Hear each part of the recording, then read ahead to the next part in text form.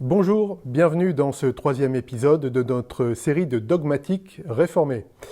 Après avoir étudié les attributs de Dieu dans la vidéo précédente que vous retrouvez dans les fichiers en description, on va s'intéresser aujourd'hui à un produit de la création de Dieu, l'être humain. C'est le domaine de l'anthropologie. Ça vient du grec anthropos, l'homme.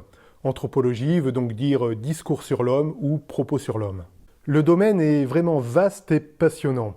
En effet, les sciences dures, les sciences humaines, les philosophes, mais aussi la Bible, ont évoqué l'homme, sa nature, sa provenance, ses maladies, ses joies, ses peines, etc. Pour aborder la question de l'anthropologie, on va procéder en évoquant tout d'abord la façon dont l'être humain a été appréhendé dans diverses disciplines, scientifiques et philosophiques. On a appelé cette partie l'homme un animal pas comme les autres. Dans la deuxième partie, on va s'intéresser au caractère de l'être humain qui est créé à l'image de Dieu.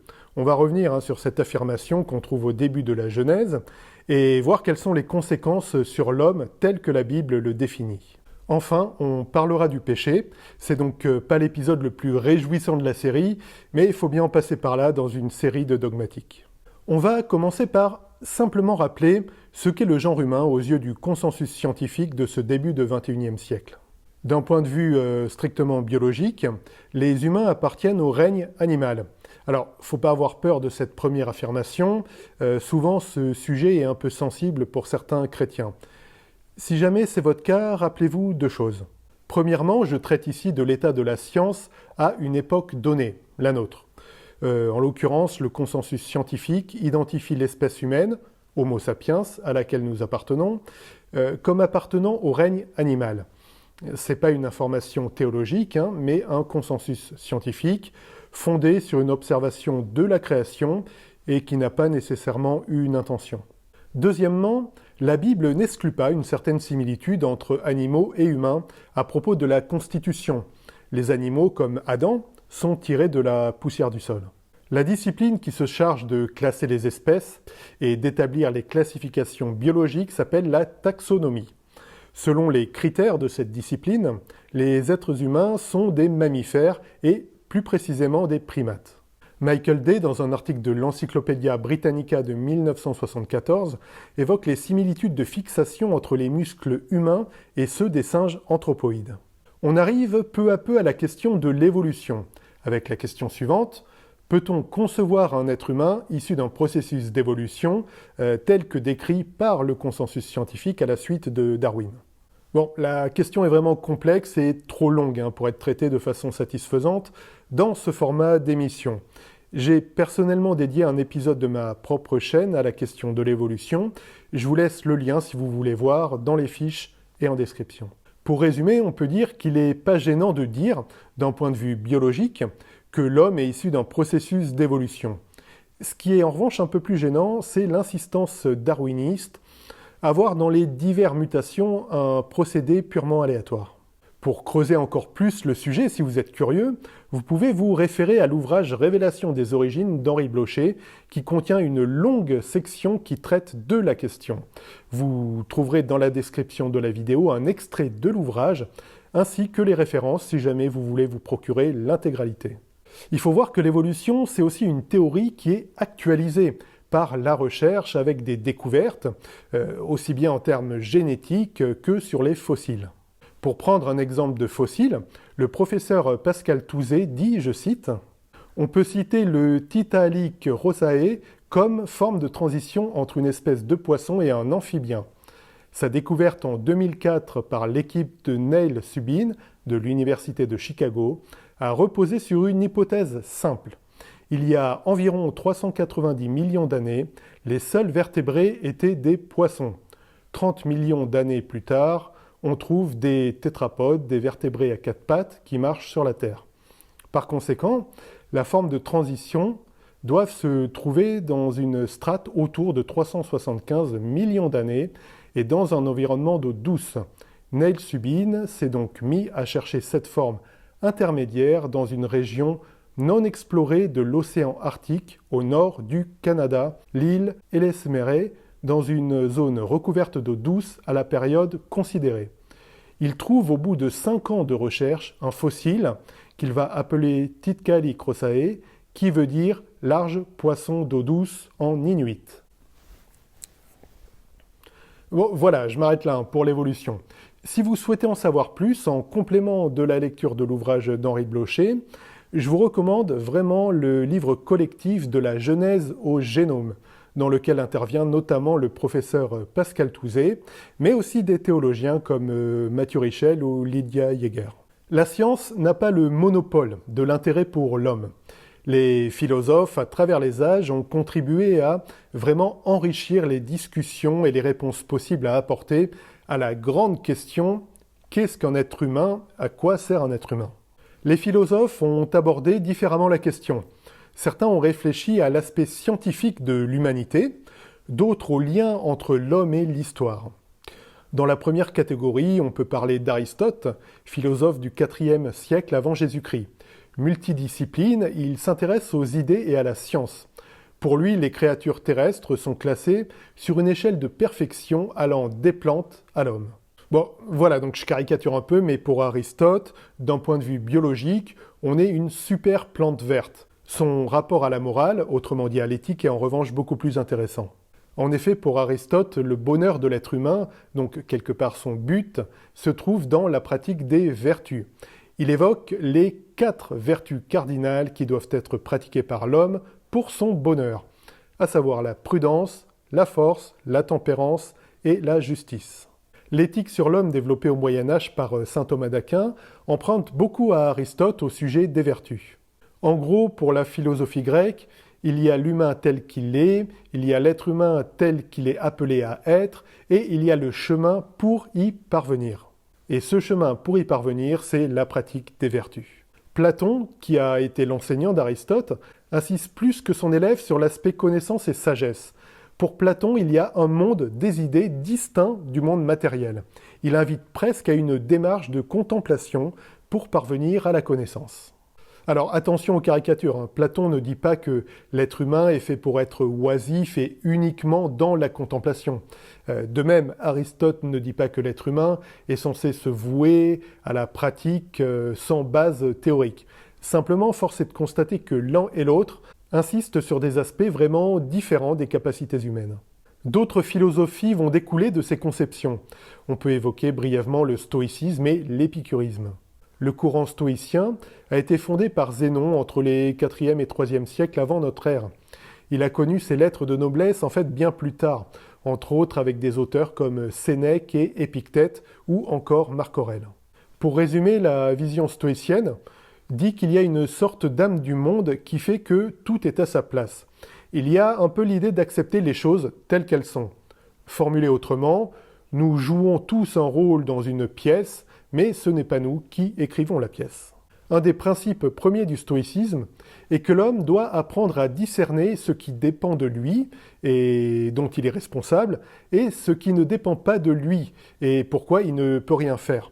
Certaines formules chrétiennes, encore employées de nos jours, peuvent parfois faire penser à du stoïcisme. Par exemple, quand on dit « Dieu voulant » ou encore « si Dieu le veut ». Autre école de pensée, l'épicurisme, qui doit son nom à Épicure, philosophe grec des 4e et 3e siècles avant Jésus-Christ. Je tiens à parler un peu d'Épicure car il est la source d'un des plus grands malentendus modernes.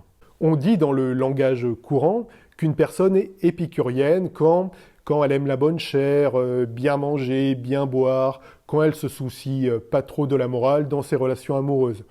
Bref, vous avez compris, c'est ce qu'on appelle aussi un bon vivant. En fait, c'est exactement l'inverse. L'être humain, selon Épicure, doit pratiquer la sagesse du désir. Il doit maîtriser ses désirs pour vraiment les apprécier. L'épicurisme est en fait une sorte de pratique du contentement qui consiste à se réjouir des choses simples. Formulé autrement, on peut résumer la pratique épicurienne avec cette maxime « le bonheur, c'est d'arriver à désirer ce qu'on a déjà ». Une autre question que vont se poser les philosophes dans un dialogue plus moderne, c'est en gros l'être humain doit-il suivre une éthique immuable, une éthique qui ne change pas quelles que soient les conditions, ou alors peut-il adapter son positionnement moral en fonction des situations? Ce débat comprend, pour schématiser, 2 réponses en gros. Pour le philosophe Emmanuel Kant, il est possible de dégager un jugement moral universel. Pour le formuler plus simplement, selon Kant, il faut se comporter comme on aimerait que tout le monde se comporte. Emmanuel Kant admet donc la nécessité d'une transcendance, un juge suprême de cette morale. La conception un peu rivale à la position de Kant est la position dite utilitariste. C'est exactement l'inverse en fait. L'utilitarisme dit en gros qu'une action peut être jugée bonne ou mauvaise en raison des circonstances et des conséquences bonnes ou mauvaises de cette action. C'est un gros raccourci, mais en gros, la pensée utilitariste peut être illustrée par la célèbre maxime « la fin justifie les moyens ». Vous voyez donc se confronter deux approches. Pour Kant, l'homme doit chercher la morale, mais n'a pas à dicter cette morale en vue de ses propres intérêts. La morale existe, indépendamment de l'homme, il y a une transcendance de la morale. Dans la conception utilitariste, au contraire, l'homme est au centre un peu du critère moral. Il faut donc, selon ses nécessités, accommoder ses actions. L'homme est un peu la mesure de toute chose. Bien d'autres optiques sur l'homme existent. Par exemple, pour Hegel, l'homme se définit surtout par sa place dans l'histoire. L'homme n'a de dignité que le rôle qui est le sien en tant que membre d'un État, cet État ayant une certaine place dans l'histoire. D'autres philosophes vont plus loin encore dans la séparation entre l'homme et l'impératif moral. Par exemple, Nietzsche pense que l'objectif de l'humain est d'atteindre un état de surhomme, entièrement libre. Dans ce sens, il développe l'idée de volonté de puissance. C'est ce terme de volonté de puissance qui caractérise l'homme, qui est en général retenu pour définir rapidement la philosophie de Nietzsche. Nietzsche est un auteur plus complexe en fait qu'il y paraît. Il est évidemment très critique envers la religion. Pour lui, la morale est inventée par les faibles pour protéger les forts, contrairement à Marx qui pense que la morale est inventée par les forts pour asservir les faibles. Nietzsche a en fait une attitude un peu ambivalente par rapport à Christ. D'un côté, il critique vraiment très sévèrement toute forme de dévotion. De l'autre, parfois, il sort des phrases comme, je cite, « Il n'y a eu qu'un chrétien dans l'histoire et il est mort sur la croix ». Voilà, on a vu beaucoup de choses, c'était un survol de la discipline philosophique. N'hésitez pas à faire un tour dans la description de la vidéo, on a mis pas mal de ressources complémentaires. Après ce petit tour d'horizon de la façon dont l'être humain est perçu par la science, par la philosophie, on va attaquer l'anthropologie biblique à proprement parler. On va simplement commencer par regarder les données qu'on peut recueillir des 2 premiers chapitres de la Genèse, dans lesquels on peut lire la création de l'homme et de la femme. On a intitulé cette section à l'image de Dieu. En effet, c'est une des premières affirmations de la Bible à propos de l'homme et de la femme, et c'est aussi une des plus célèbres. On trouve cette mention dans le premier chapitre de la Genèse, c'est au 6e jour de création que ça se passe, je cite, « Et Dieu dit, faisons les hommes pour qu'ils soient notre image, ceux qui nous ressemblent, qu'ils dominent sur les poissons de la mer, sur les oiseaux du ciel, sur les bestiaux, sur toute la terre et sur tous les reptiles et les insectes. Dieu créa les hommes pour qu'ils soient son image. Oui, il les créa pour qu'ils soient l'image de Dieu. Il les créa hommes et femmes. » En principe, la question qui doit maintenant vous titiller un peu, c'est à l'image de Dieu, ça veut dire quoi? Le théologien évangélique Henri Blocher répertorie 4 principales affirmations. Tout d'abord, l'interprétation majoritaire dans l'histoire de l'Église qui réfère l'image à la spiritualité. L'homme à part à l'esprit comme Dieu lui-même, tel est le terme implicite de la comparaison. En gros, l'être humain est image de la caractéristique propre de Dieu, et cette caractéristique est d'être un être spirituel. On trouve une telle interprétation dans la littérature intertestamentaire. Par exemple, le livre de la sagesse dit, je cite, « Or Dieu a créé l'homme pour qu'il soit incorruptible et il l'a fait image de ce qu'il possède en propre. » La deuxième interprétation que relève Henri Blocher porte sur la domination. L'homme est image de Dieu, en ce sens qu'il domine sur le reste de la création, à l'image de Dieu qui lui domine sur tout. Martin Luther propose une troisième explication.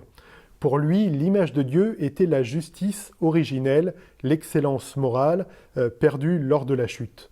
L'homme a été créé en image de Dieu, bon comme lui, pur comme lui, saint comme lui.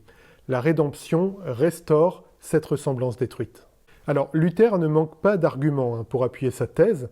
On peut évoquer à l'appui de ses propos l'épître aux Colossiens, je cite, « Vous vous êtes revêtus de l'homme nouveau. Celui-ci se renouvelle pour être l'image de son Créateur, afin de parvenir à la pleine connaissance. » Toujours pour appuyer l'hypothèse de Luther, on peut citer la lettre aux Éphésiens qui définit ce qu'est l'homme nouveau, qui est, je cite, « créé conformément à la pensée de Dieu pour mener la vie juste et saine que produit la vérité. » Enfin, Henri Blocher évoque une quatrième interprétation du terme « image de Dieu ». On doit cette interprétation à Karl Barth, le théologien suisse, constate que la Genèse, aussitôt après l'affirmation « Dieu créa l'homme à son image », précise « mâle et femelle il les créa ». Barth conclut que la création à l'image de Dieu se réfère à la sexualité. Les différences mâle-femelle appellent l'homme au vis-à-vis, c'est l'explication du pluriel divin « faisons ». L'image de Dieu ne s'accomplit ultimement que dans le vis-à-vis du Christ et de l'Église. L'explication barthienne n'est pas la plus évidente ici. Si vous voulez vous faire un avis éclairé sur la question, je vous laisse en description de la vidéo un lien vers un article de l'Encyclopédie des difficultés bibliques d'Alfred Cohen, qui résume un peu ces diverses positions relevées par Henri Blocher. Ce dernier, dans son ouvrage Révélation des origines, insiste quant à lui sur la dépendance vis-à-vis de Dieu. Il dit, je cite, « Une image n'est qu'une image. L'image n'a d'existence que dérivée. L'image n'est pas l'original, l'image n'est rien sans l'original. Que l'homme soit image souligne la radicalité de sa dépendance. » Image de Dieu peut aussi avoir été employée par l'auteur biblique pour signifier la singularité de l'être humain.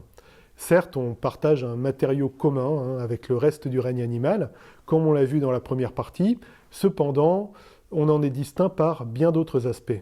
Blaise Pascal écrit dans ses pensées, je cite, « Il est dangereux de trop faire voir à l'homme combien il est égal aux bêtes, sans lui montrer sa grandeur. Il est encore dangereux de lui faire voir sa grandeur sans sa bassesse. Il est encore plus dangereux de lui laisser ignorer l'un et l'autre. Mais il est très avantageux de lui représenter l'un et l'autre. » Peut-être peut-on trouver dans cette pensée du philosophe le juste équilibre dans ce qu'on entend par être à l'image de Dieu, tout en étant tiré en même temps de la même terre que les animaux. On en vient maintenant aux caractéristiques de l'être humain selon la Bible. C'est assez simple en fait. Dieu a créé les humains, hommes et femmes. On dit que l'être humain est sexué.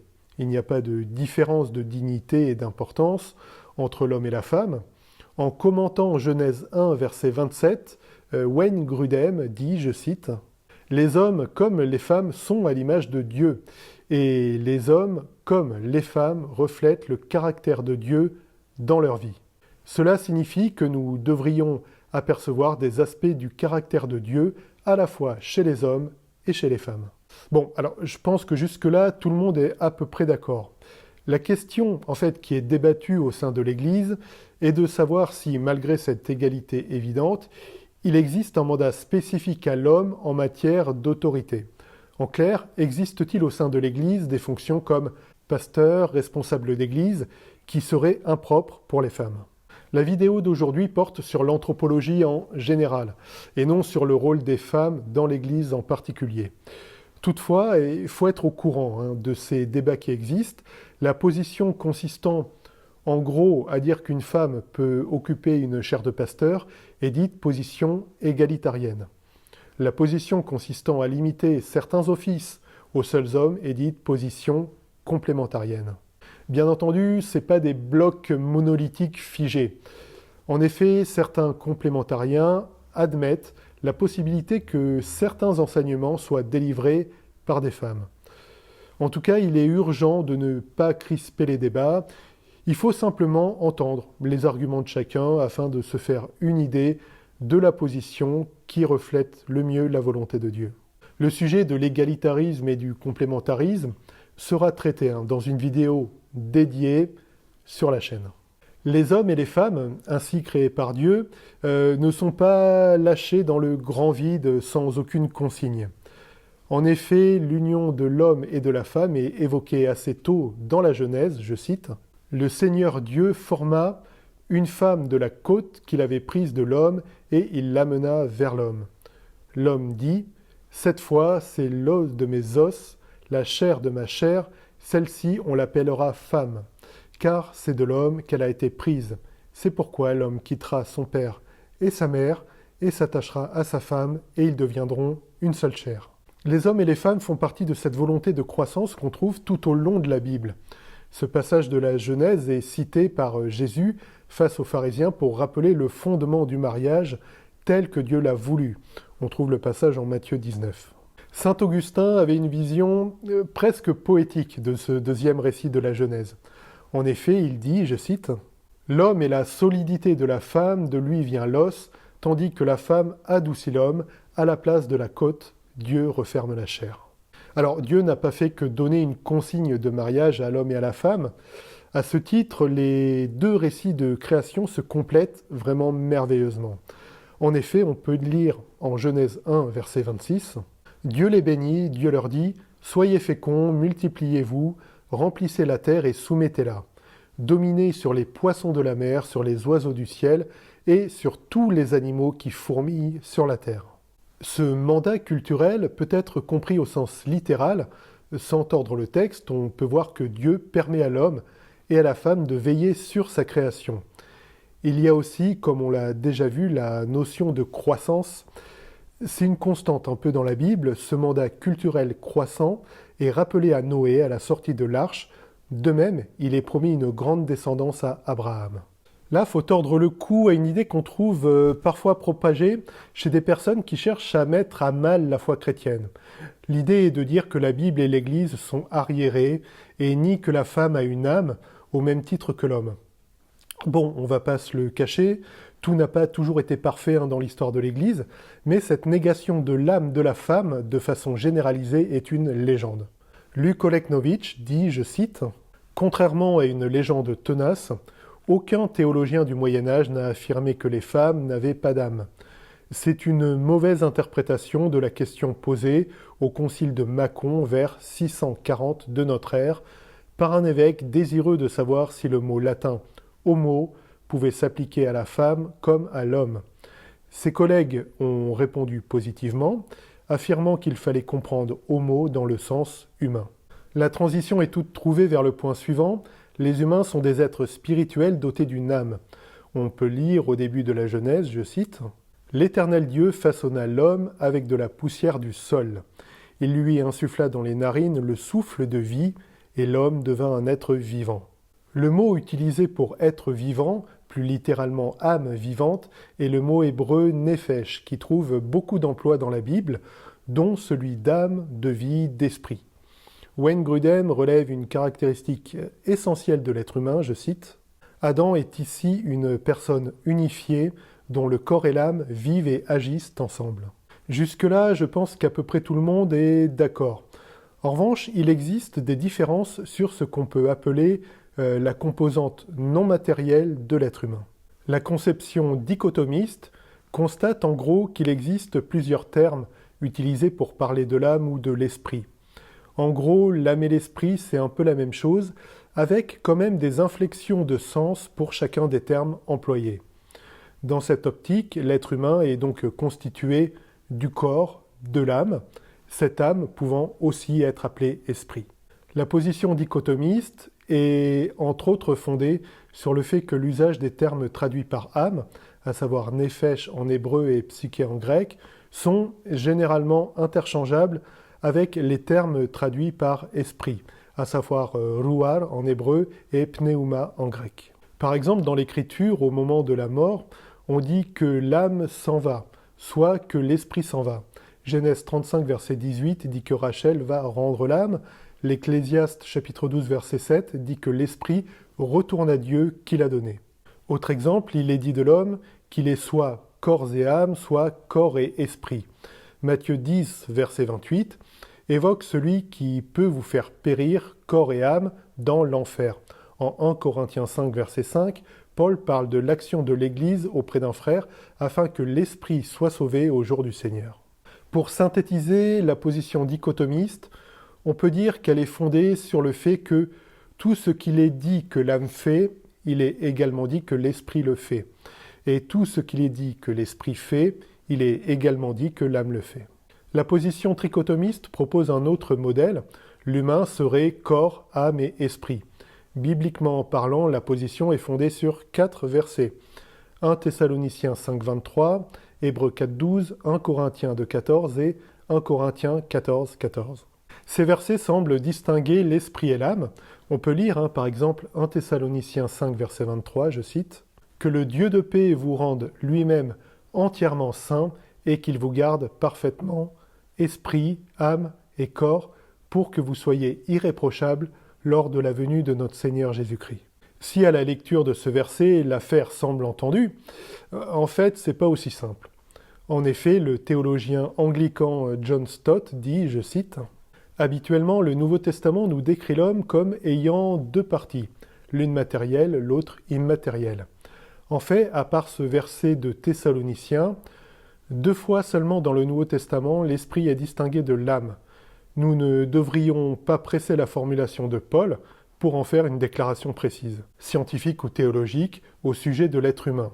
Il y a sûrement là un élément rhétorique, comme lorsque nous sommes appelés à aimer le Seigneur notre Dieu de tout notre cœur, toute notre âme, notre esprit et notre force, en Marc 12, verset 30.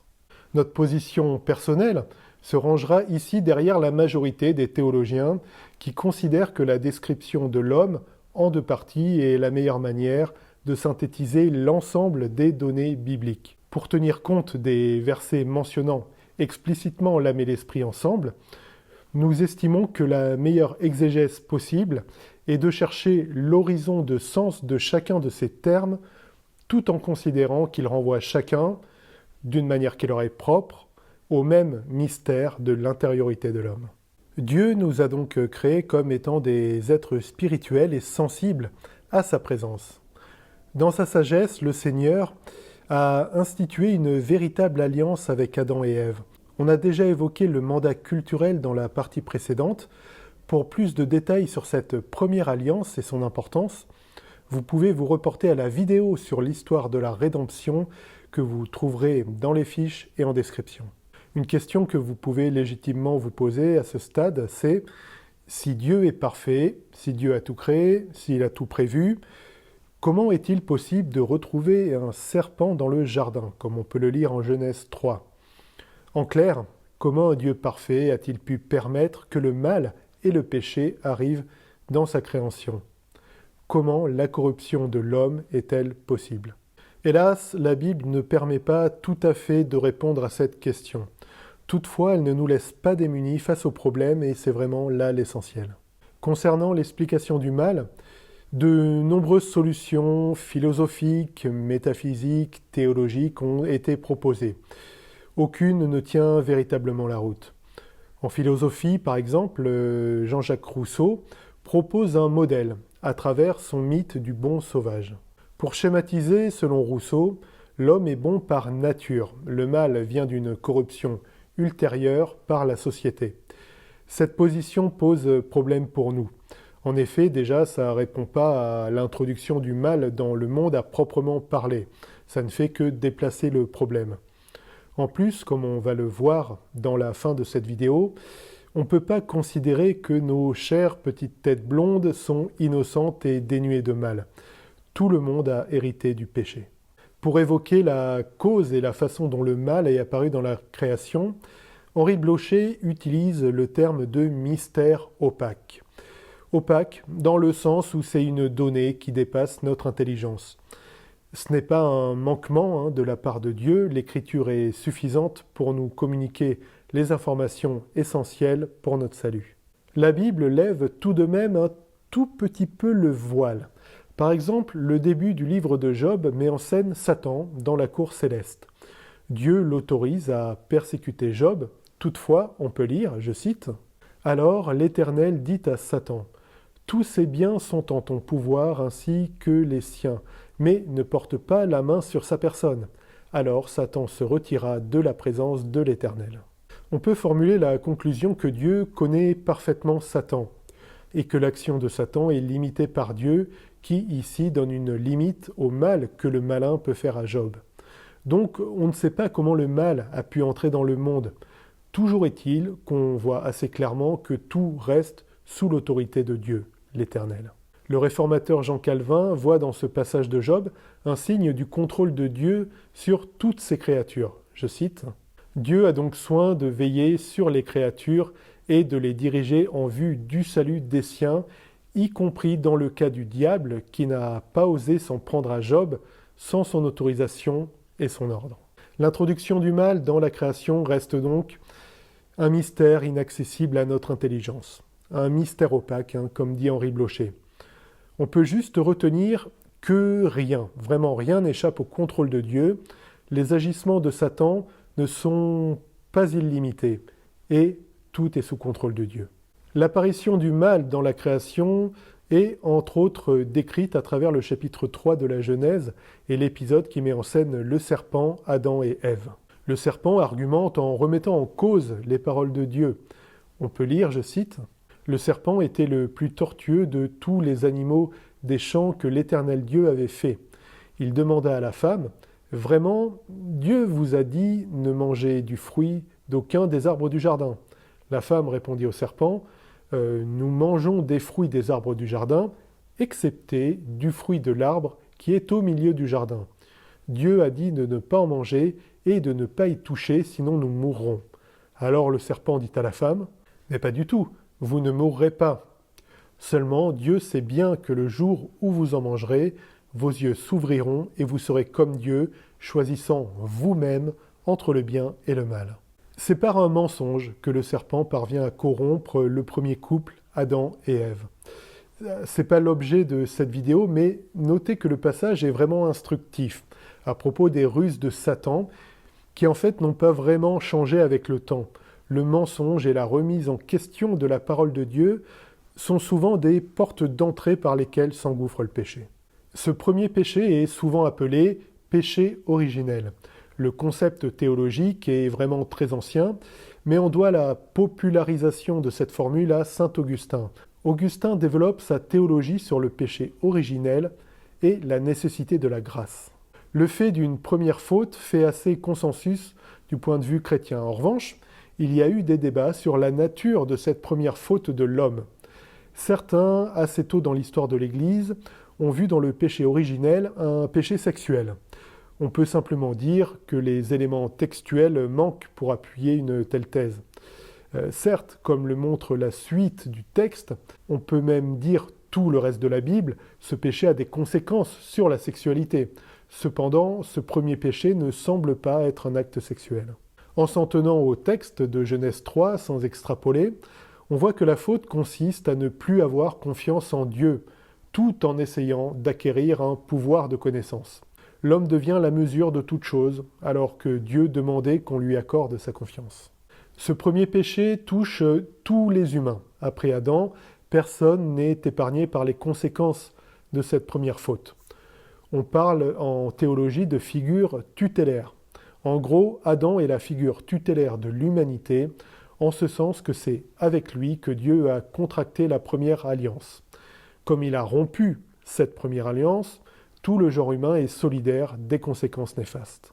Un texte clé se trouve dans la lettre aux Romains.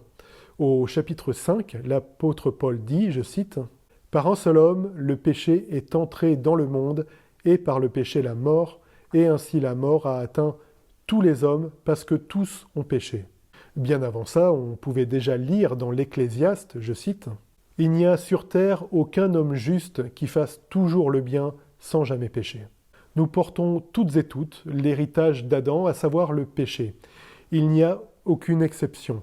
Cette notion d'humain entièrement corrompu était présente chez Paul, comme on l'a vu.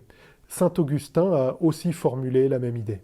En théologie réformée, on parle beaucoup de corruption totale ou de dépravation totale, c'est-à-dire que le péché affecte chaque être humain entièrement, rien en l'être humain ne permet de le sauver. En bref, l'être humain est totalement corrompu, autrement dit, complètement dépravé. On trouve dans certaines confessions de foi le terme de dépravation totale, c'est la même idée.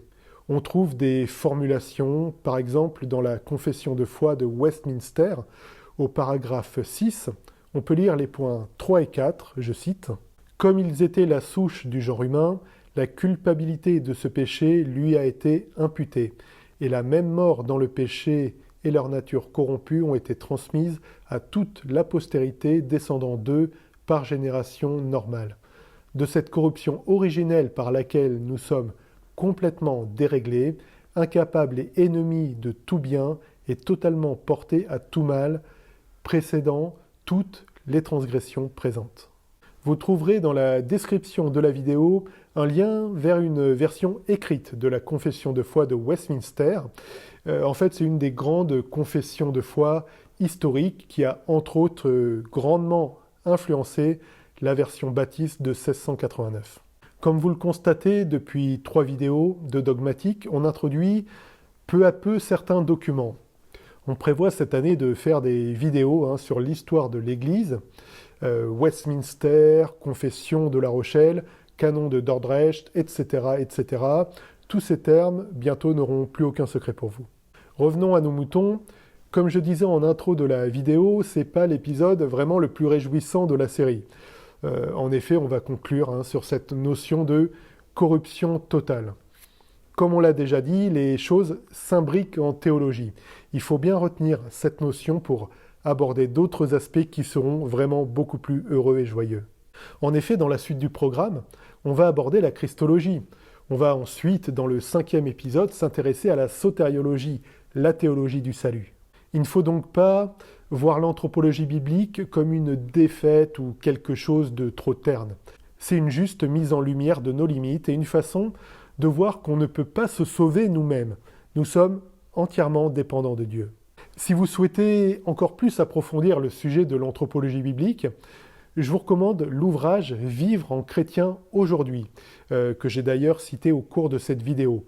C'est un ouvrage collectif de théologie pratique et éthique. Je conseille cet ouvrage pour une bonne raison, c'est que la corruption de l'homme se répercute sur des considérations éthiques auxquelles on fait face presque tous les jours. La question de savoir comment, en tant que chrétien, agir, se positionner dans un monde entièrement corrompu par la chute est vraiment un enjeu aujourd'hui. Juste un dernier mot pour vous rappeler de vous abonner à la chaîne si ce n'est déjà fait. Merci beaucoup pour votre attention et rendez-vous prochainement dans une nouvelle vidéo de la série. À très bientôt, soyez abondamment bénis.